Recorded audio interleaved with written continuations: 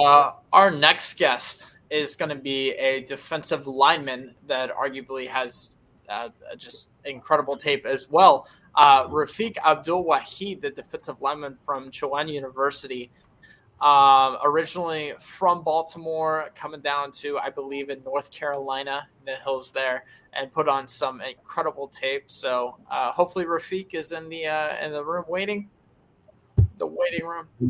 I believe he is. There we go. We got him. Hey, how you doing? Rafiq, Y'all how's can it hear me? going? How you doing? How you doing? Y'all can hear me? We I got sure you. can. How you doing? Hey, I'm We- good. How y'all doing? We got Great. Awesome, man. you good, Rafiq. What's up? What's up? How y'all doing tonight? What y'all got We going great. on? I'm sitting here watching this playoff game, watching There you go. Boston. They putting There the you beat go. down on Brooklyn right now. You started out, Jason. Absolutely. Rafiq, first of all, thanks so much for coming on. I sure appreciate you supporting us here. Thanks for Um, having me. Absolutely. Absolutely. Man, you're originally from Baltimore. Have you thought Mhm. about the chance to maybe, get a contract and go back home? They definitely need help Oh, on defensive line. So, man, I think about that every day. I think about that every day. Being a Baltimore fan, I grew up watching, what I'm saying, Flacco versus the Steelers in his first year, AFC Championship, them putting us out. They put us out again, I think, the next year. We played them twice a year, you know what I'm saying? We weren't good back then, so they was beating us. So I feel like I'm already a part of the organization, if you ask me. You know what I'm saying? I got that same animosity towards everybody else in the AFC North like they do. So, yeah, definitely. I definitely think about that all the time. if anything, you'll just get faster because you have to chase down Lamar Jackson every day. So, Definitely. well. Definitely. Man, you compared your play to Khalil Mack. And man, what are some ways that Mack has inspired your game? And what have you learned from him about being a better pass rusher? Well, it's just he showed me that I'm able to make a real impact with being a run first type of player as well. You know what I'm saying? Of course, you're going to see the pass rush, and that's what's going to pop up on ESPN. Top 10. But when you watch him every down, you see how he handles the run, how he retreats the screens, runs to the ball. It's just something I like to see. It's beautiful to me, honestly. It's beautiful to me to see how the way he plays the game. Just being a run first kind of guy. I love that. I've never thought about that before, but that's a really good point, and something I'm definitely going to have to watch out for when he plays in Los Angeles this upcoming year. Rafiq, man, nothing is more important to defensive linemen than get off. How have you been working that in, I guess not really the offseason program, but in preparing for the draft and all that?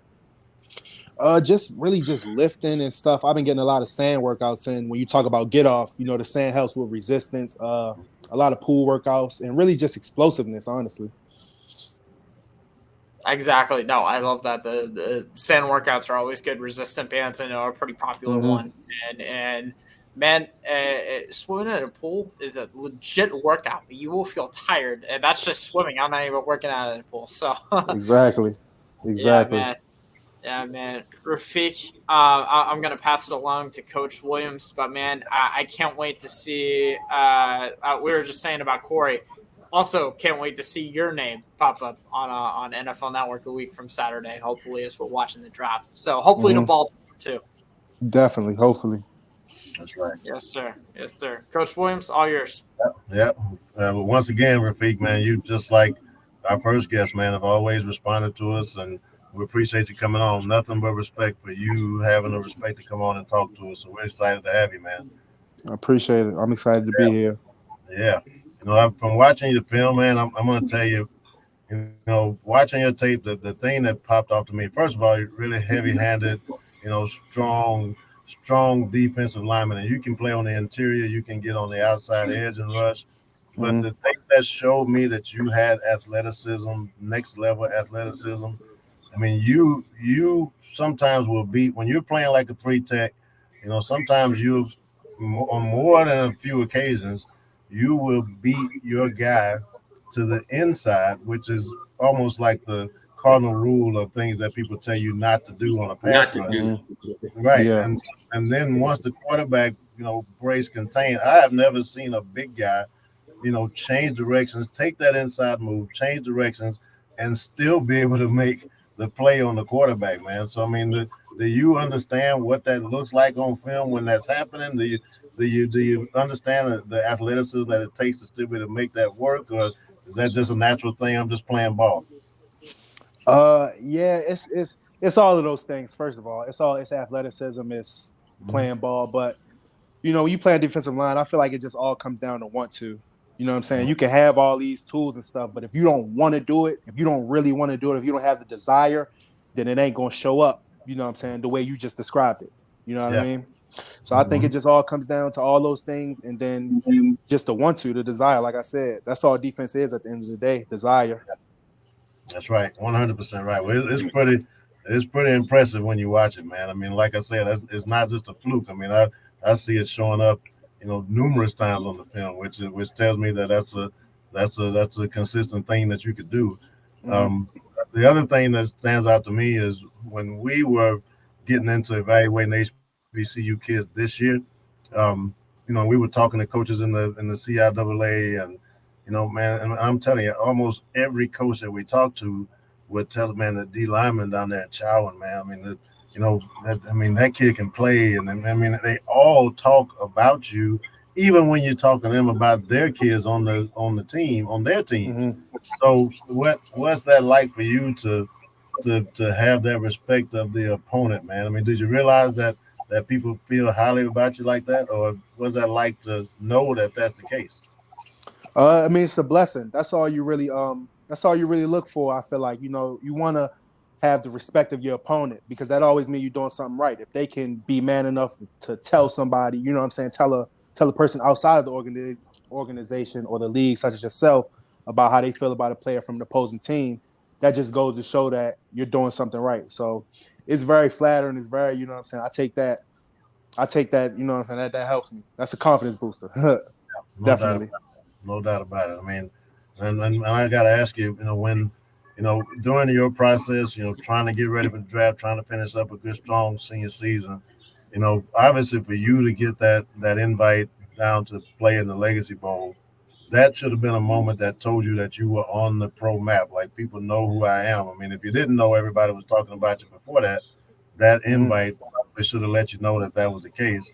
So when you went down to the game and got yourself in that mix with the other folks, and where did you feel like you stood? I mean, when you're looking at your competition and guys that play my position, where do you stand in this whole HBCU recruiting process?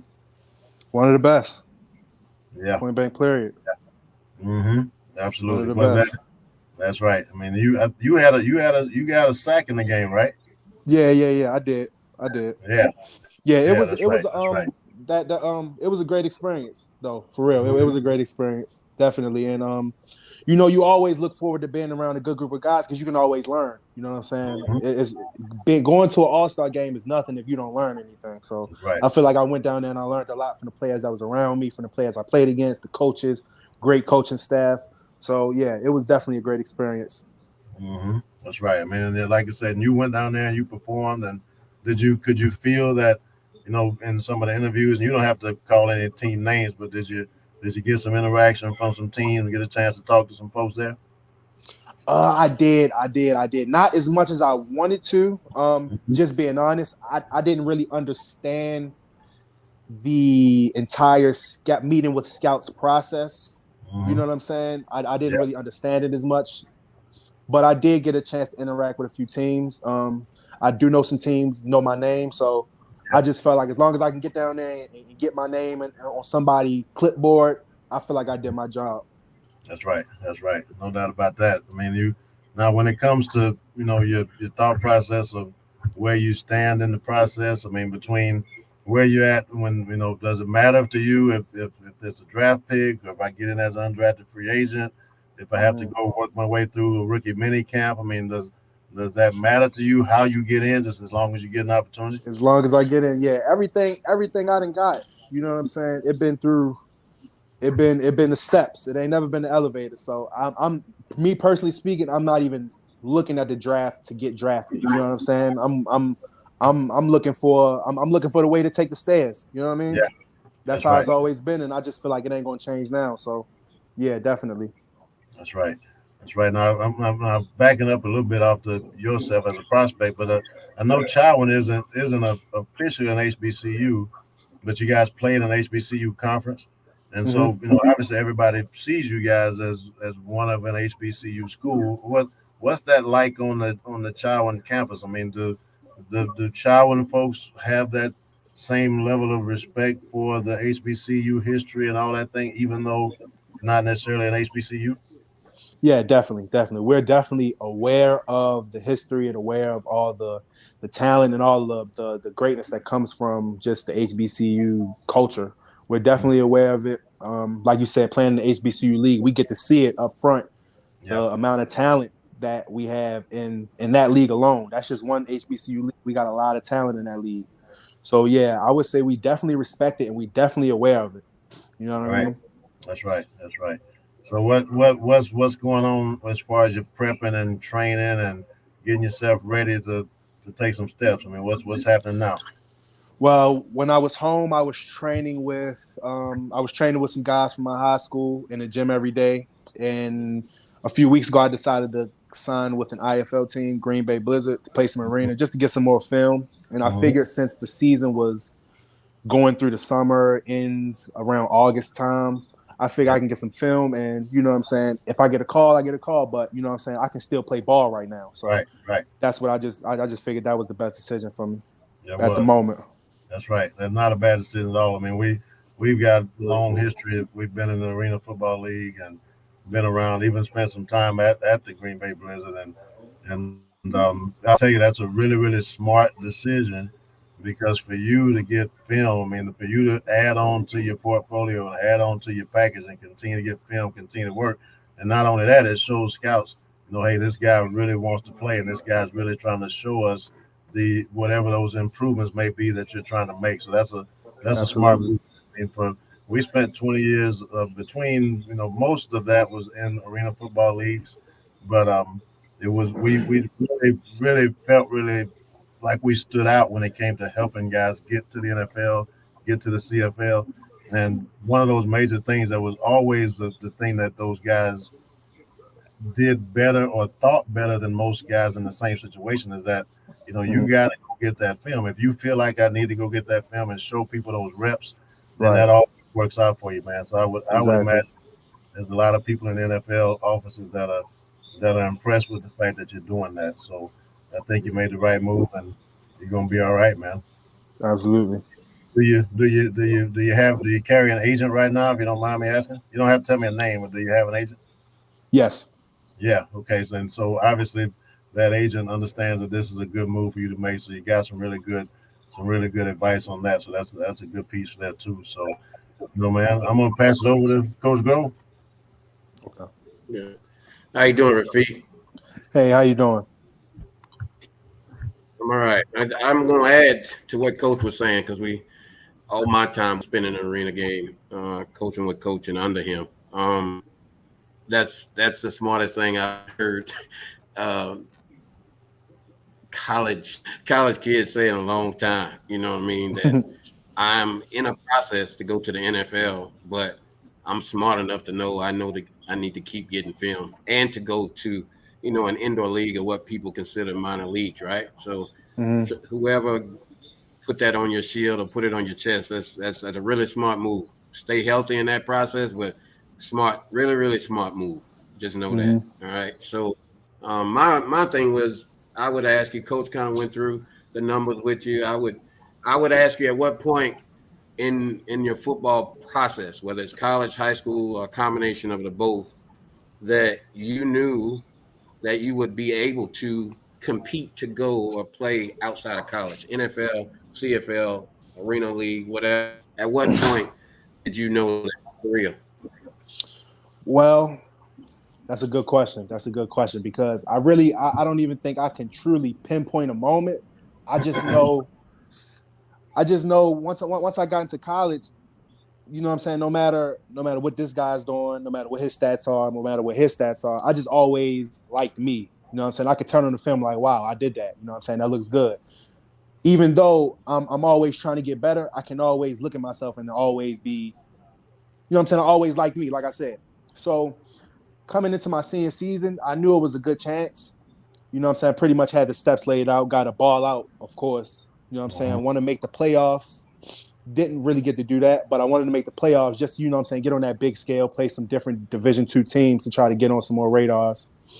And, yeah, I kind of got lost right there on the question, but, yeah, just really. When did you know? Like, yeah. I just really, I can't even, I don't even know if I could tell you that because I just, you know what I'm saying? I figured I like what I'm doing. I know what I'm putting on tape, and along the way, you might have a scout here, a scout there. I know we had some scouts come down to our school, talk to us and stuff. And, you know, I just took little bits and pieces of stuff, you know, what a scout would say, or like maybe getting invited to a bowl game here or talking to an agent there. I just always say, okay, if I'm making progression, I'll know it because of that. And if I'm making progression, you know what I'm saying, I'm moving in the right direction. So as long as I'm moving forward, I'll have a shot.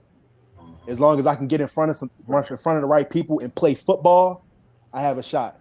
I may not have the 40 time or the 3 cone or this, that, and the third, but I know if I got around the right people playing football, I would have a shot. Yeah, that makes sense. That's good. The second part of that would be, if you had to share something with an incoming freshman that was coming in and share something about your story that would help that incoming freshman as you were processing out, what part of your life story in football would you share with that individual or those individuals as you exit the program? I would tell them one thing, and I would tell them that it's attainable. Everything you want is attainable. You just got to work for it. You just got to be confident and keep going and not stop. You know what I'm saying? That's really all I would say. I would leave them with that. It's attainable. That's what I tell some of the guys coming in the Chowan now. They like to talk to me, you know what I'm saying, get advice. And I tell them it's attainable. You know what I'm saying? You just got to work. You just got to want it. It's not going to be easy. Never said it was going to be easy, but it's attainable. It's possible, you know? That's all I got for you, Rafiq, man. We wish you nothing but the best, man. I appreciate it. Yeah. Before Jackson wraps it up, I just want to say this one other thing. But I think, you know, if you're rating HBCU guys and you are an HBCU guy playing an HBCU conference, if scouts are rating HBCU guys, you would definitely be a kid that is on that list of guys that should get some type of opportunity. So if you look, you know, this guy may be able to play, this guy, you know, may have some things that he needs to correct. But when you start talking about, you know, giving HBCU kids an opportunity, you have all those traits that should get you some sort of an opportunity at the next level, man. So you just you stay on the grind. We're gonna be pulling like crazy for you, and just wishing you all the best of luck, man. So just we're gonna stay in touch with you. We're gonna bother you sometimes and say hello and good luck and all that stuff. But I got a feeling you're gonna get a chance to get in the building, and I'm just gonna tell you, once you get in the building, don't let them kick you out, man. Don't do what you do. Ain't no looking back. Ain't no looking back. That's right, 100%. Rafiq, just a couple things before we wrap up here. Looking at some of your stats, you've got 4 games with at least 2 TFLs, which is, I'm just going to throw this out there, 2 more games than Thibodeau had last year. So just saying, consistently very productive on the field and getting there in the backfield. And Rafiq, I think we'd all be surprised if you didn't make it to the league, the big league in some capacity, right, where we're seeing you play in August and contribute beyond in September and beyond. But if you ever find yourself on the Tampa Bay Vipers in the XFL, I'll be the first to buy your jersey as a Vipers. Just throwing that out there. I got you. I appreciate it. Yes, sir. Yes, sir. Rafiq, that's all for me. You've been so generous with your time. I really appreciate you coming on. Thank you, appreciate you guys. Thank you for having me on. Yeah. Good luck to you. All right, man. Y'all take it easy. Yep. Yes, sir.